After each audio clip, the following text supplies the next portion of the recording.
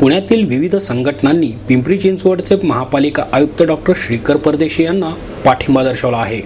अतिशय कमी कार्यकाळात आपल्या स्वच्छ प्रतिमेबरोबरच पारदर्शक प्रशासन आणि सक्षम ई-गव्हर्नन्स सारख्या सुविधा कार्यान्वित करणाऱ्या डॉक्टर परदेशी यांना त्यांच्या सेवेचा 3 वर्षाचा कालावधी पूर्ण झाल्याशिवाय बदली होऊ नये असा आग्रह पुण्याच्या नागरिकांनी व्यक्त केला आहे। अण्णा हजारे यांनीही डॉक्टर परदेशी यांच्यासारख्या कार्यक्षम अधिकाऱ्याला त्यांचा कार्यकाळ पूर्ण होण्याआधी बदली केली जाऊ नये असा आग्रह करणारे पत्र मुख्यमंत्र्यांना लिहून डॉक्टर परदेशींना आपला पाठिंबा दर्शवला आहे। विविध संघटनांच्या प्रतिनिधींनी पुणे महानगरपालिकेमध्ये पत्रकार परिषदेतही पिंपरी चिंचवडचे महापालिका आयुक्त डॉक्टर श्रीकर परदेशी यांना पाठिंबा दर्शवला।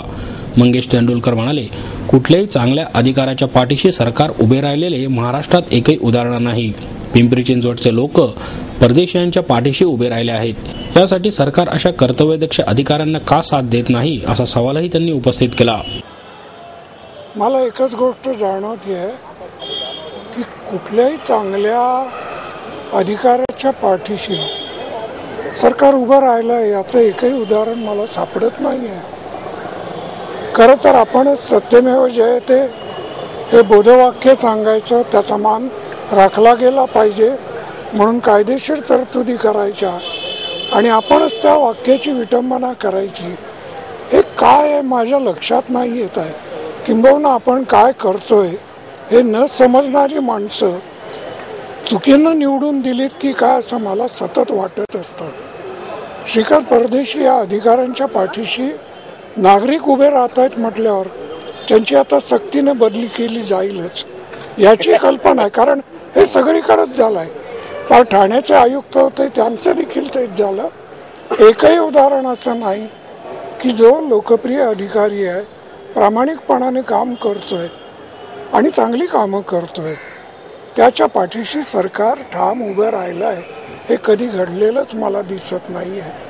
आणि ही गोष्ट चिंताजनक वाटते मला की आपण कुठली माणसं निवडून दिली असा एक पश्चाताप एक सामान्य नागरिक म्हणून मला नेहमी होत राहतो।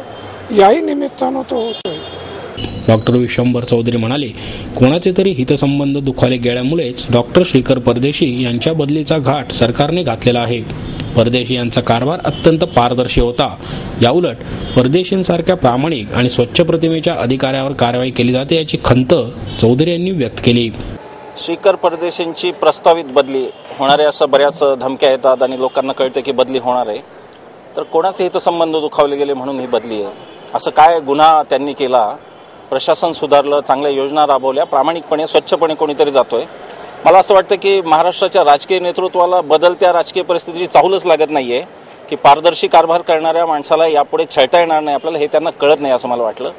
या संबंधात आदरणीय अण्णांनी आज पत्र लिहिलं मुख्यमंत्र्यांना आणि अण्णांनी एक फार महत्त्वाचा प्रश्न उपस्थित केला की एकीकडे प्रभाकर देशमुख यांचं रोज माध्यमातून काहीतरी येतं, जांभेच्या जमिनीबाबत त्यांच्या वाद येत आहेत आणि सगळे एकूण त्यांची मोहीमच एक प्रकारे चालू आहे।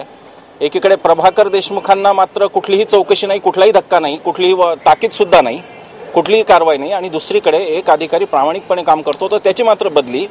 तर हे न्यायोचित नाही असं अण्णांनी हा मुद्दा मांडला।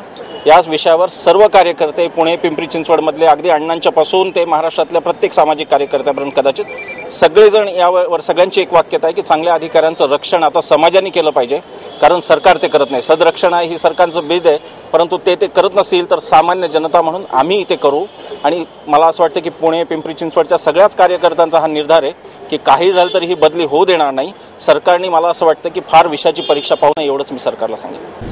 मंगेश तेंडुलकर, डॉक्टर विश्वंभर चौधरी, सजग नागरिक मंचचे विवेक वेलणकर, पीएमबी प्रवास मंचचे जुगल राठी, राजीव पंडित यांच्यासह अनेक संघटनांचे पदाधिकारी मोठ्या संख्येने यावेळी उपस्थित होते। नाही, मुळातच 18 महिन्यात त्यांची बदली करण्याचं कारणच काय हा खरा प्रश्न आहे। कारण सरकारनेच 2005 साली एक कायदा केला, बदल्यांचा कायदा, आणि त्यामध्ये असं स्पष्टपणे म्हटलेलं आहे की सामान्यतः 3 वर्षाच्या आत कोणत्याही अधिकाऱ्याची आम्ही बदली करणार नाही। आता सरकारचा स्वतःचा कायदा जर पायदळीत उडवत असेल तर नागरिकांनी कायदे पाळावे सांगण्याचं कुठल्या तोंडाने सरकारला अधिकार आहे हा यातला महत्त्वाचा प्रश्न आहे। आमचं सामान्य नागरिक म्हणून असं स्पष्ट मत आहे की श्रीकर परदेशीने अतिशय चांगलं काम केलं, नागरिकांच्या प्रशासनामधली दरी दूर केली आणि मग नगरसेवकांची आणि राजकीय पक्षांची गरजच नष्ट झाली, म्हणून मग त्यांच्या पोटात दुखायला लागलं आणि म्हणून त्यांनी हा बदलीचा घाट घातलेला आहे।